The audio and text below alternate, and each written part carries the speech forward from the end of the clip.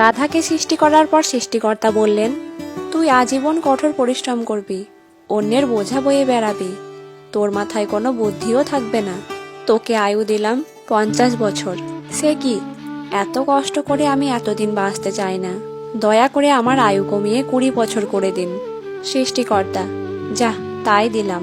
কুকুরকে বললেন, তুই হবি মানুষের সবচেয়ে বিশ্বস্ত বন্ধু, কিন্তু মানুষের উচ্ছিষ্ট খেয়ে বেঁচে থাকবি। তোর আয়ু হবে 30 বছর। শুনে কুকুর বলল, দয়া করে ওটা কমিয়ে 15 বছর করান, এতদিন আমি বাঁচতে চাই না। এইবারও তিনি রাজি হয়ে গেলেন।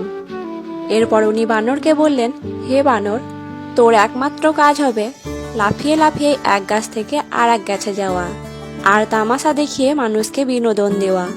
তোর আয়ু দিলাম 20 বছর।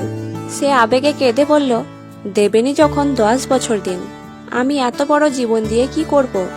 এইবারেও সৃষ্টিকর্তা রাজি হয়ে গেলেন।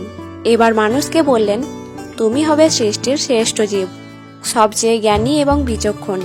তোমার আয়ু হবে 20 বছর। সে তো খুশিতে পাগল হয়ে গেল, কিন্তু এত মহৎ জীবন নিয়ে মাত্র 20 বছর। সে করজোড়ে প্রভুকে বলল, একটা কাজ করা যায় না? আপনি আমাকে গাধার ফেরত দেওয়া 30 বছর, কুকুরের 15 বছর আর বানরের 10 বছর দিয়ে দিন। সৃষ্টিকর্তা বললেন, নিজের ভালো পাগলেও বোঝে, তুই বুঝলি না, যা, দিলাম। সেই থেকে মানুষ সুন্দরভাবে বাঁচে 20 বছর। পরের 30 বছর গাধার মতো সংসারের বোঝা টানে।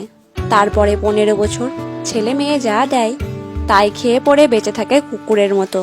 আর তারপরের 10 বছর বানরের মতো কখনো এক সন্তানের বাড়ি তো কখনো আর এক সন্তানের বাড়িতে ঘোরে।